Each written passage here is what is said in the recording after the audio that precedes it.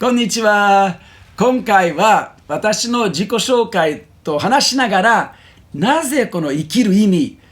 人生の究極的な意味と目的は僕にとってはどれほど大切であるか話したいと思います。よろしく。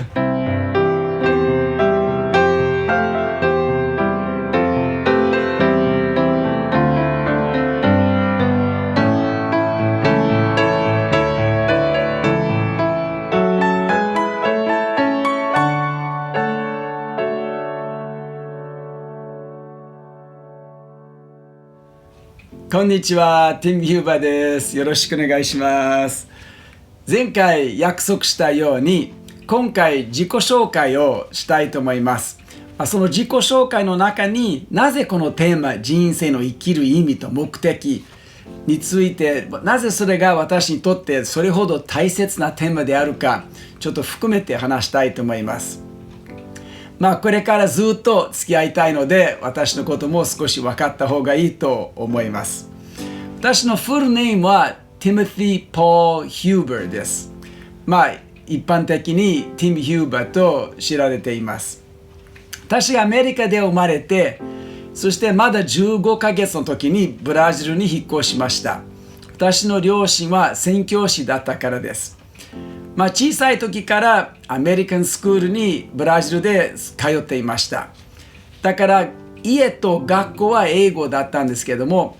近所の人たちと自分のほとんどの友達とまた教会の関係は全部ポルトガル語だったんですから、両方話しながら育ちました。私の両親はとても熱心な、本当に純粋なクリスチャンだったので、私たちの家庭はいつも愛と喜びで満ち溢れる家庭でした。そして私が5人兄弟で、私が一番上は私の姉と、後で兄と自分と真ん中で、それから妹と弟でした。男兄弟が3人だったので、本当にいつも喧嘩があったんですね。愛で満ち溢れた家庭だったんだけど、もちろん完璧な家庭じゃなかったので、兄弟喧嘩も多かったんですけども、ただ両親がそれを一生懸命それを、きっかけとしてお互いに謝り合う、許し合う、愛し合うことを一生懸命教えてくれたんです。そしてそのような家庭で育てて、そして今のちょっと写真も見せますけども、この写真の一番上の右側が私の両親ですね。そして後でその隣はブラジルで住んでた私たちの家族ですね。私が一番右側です。それから下はこの家族全体、私の父と母の子孫ですね。これが3年半ぐらい前にブラジルのアマゾンでその同窓会があって、家族会があって、そこで写真が撮られたんです。そして小さい時からですね、私が今でもそうですけども、動物が大好きですから、私たちの家にはたくさんのペットがありました。ペットといろんな動物もあって、私の兄弟もペットもいましたけども、私が一番動物が好きで、一番動物担当だったんですが、もう時によって私たちの庭がもう小さな動物園のようなものだったんですね。そして私が8歳ぐらいの時に両親がとても可愛い猿を飼ってくれたんです。そしてもうその猿に私がビンゴという名前を与えたんですけども、ビンゴヒューバーと呼んでいました。ものすごく可愛いペットだったんです。もう僕は全てのペットの中で一番好きなペットでした。そしてここにもビンゴの写真を2枚ぐらい見せますけども、本当にもう最高のペットでした。だいたい大学に行くまではほとんどブラジルに住んでいました。たまに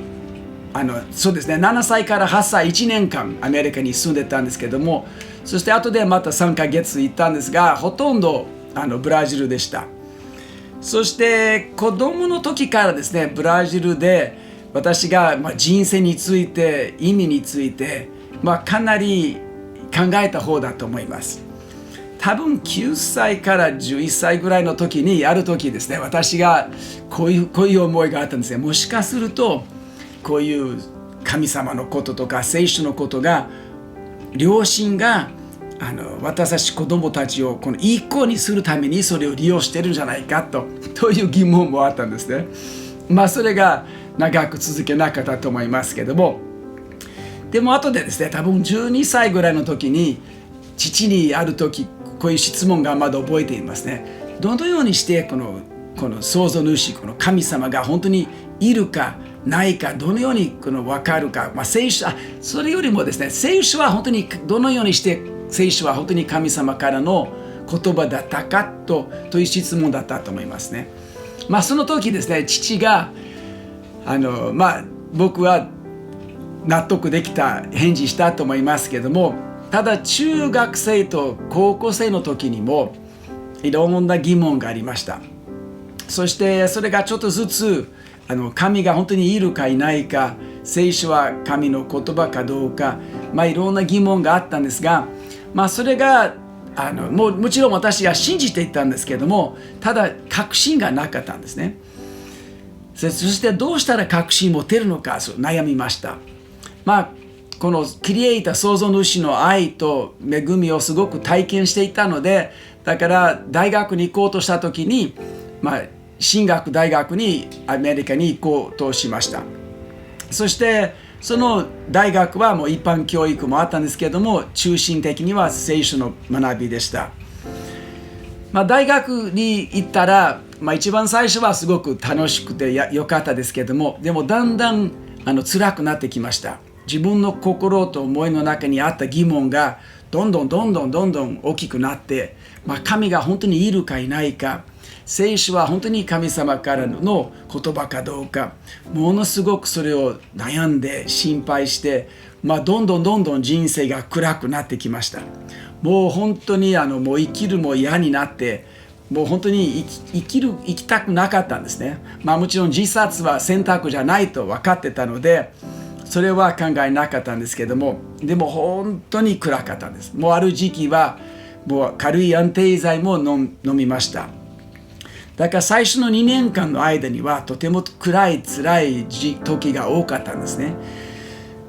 もちろんその間には良い時もあったんですけども、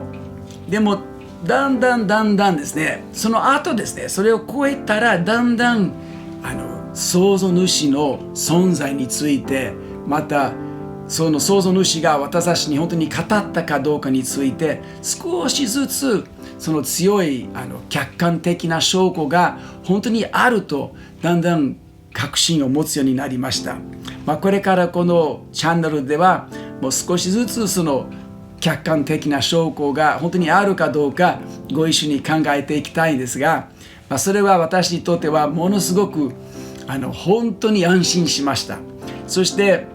その確信ですね、このクリエイターの存在に対する確信、またこの自分の生きる意味と目的は何であるかと本当に分かったら、ものすごく安心しましたですね。実はですね、すごく不安な時にも、ある時今思い出したんですけども、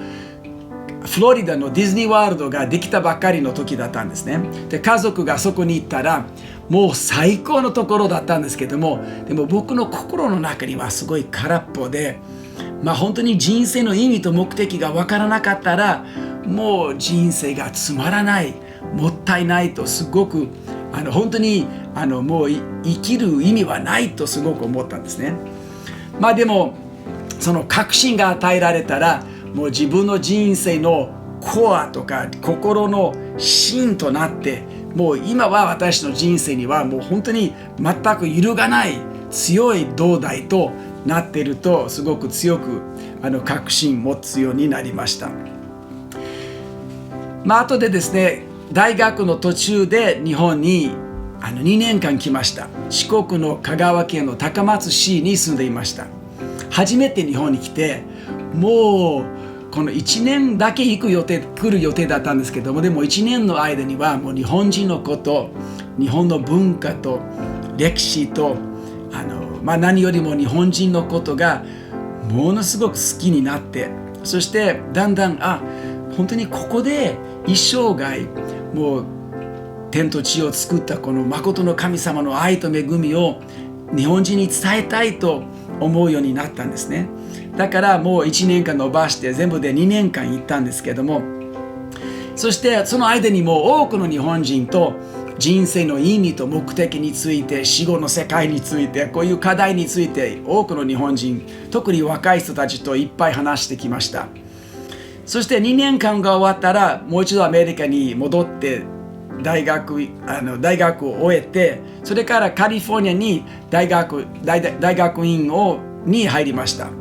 そしてその大学院ではそこにも同じキャンパスにたくさんの日本人がいたので、そこでたくさんの日本人と友達になりました。そしてその友達ももう彼らとも人生の意味と目的について、死後の世界とか、また聖書は神様から語った言葉であるかどうか、全部本当にたくさんの話もあって、たくさんのすごく親しい日本人の友達を作りました。そこでも自分のルーメイトも2人の日本人も違う時間にいました。そしてこの日本、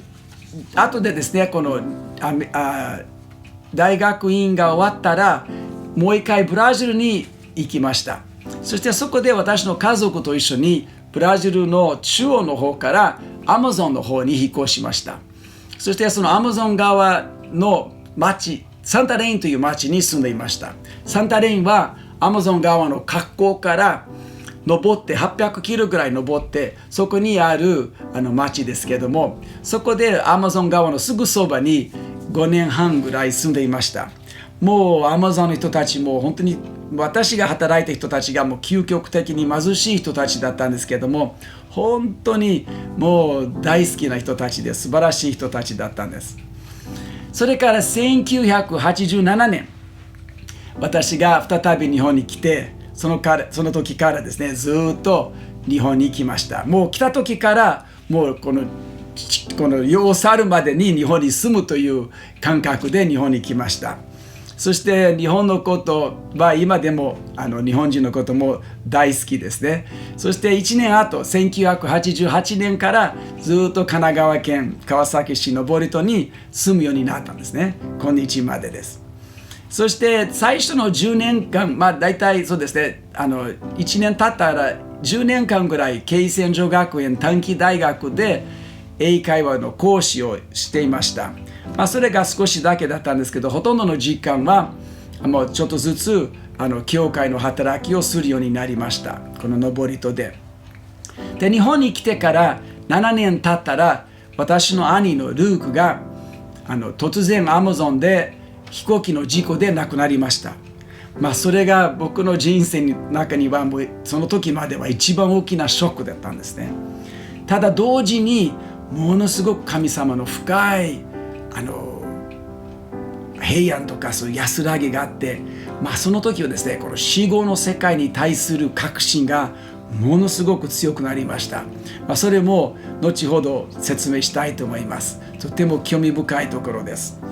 それから日本に来て10年経ったら1997年、私の愛する妻クリスティーンと結婚することになりました。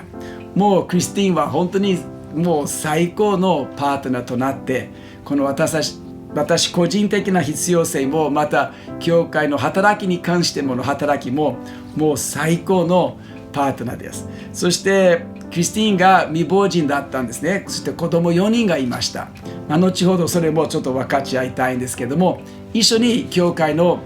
働きをしていながらずっともう23年間も結婚しています。そして今も自分のその長男も一緒に家族と一緒に働いています。また他の日本人の仲間たちもたくさん一緒に働いていて、とても幸せです。もう日本に来てもう36年ぐらいになっているんですけども、そしてずっともうこの長年ですね、もう若者からも本当に年寄りまでこの人生の意味と目的についてずっと話してきて、だからこそあなたにも少し分かち合っていきたいと思います。来週ですね、私たちが一つだけのテーマに集中して、この生きる意味、生きるの人生の究極的な目的と意味は何であるか、来週それをちょっとだけそれだけに集中して考えたいんですね。だからぜひまた来週参加してください。そしてもしまだしてないならよければどうぞチャンネル登録もしてください。また来週お会いしたいと思います。それではまた来週お会いしましょう。See you!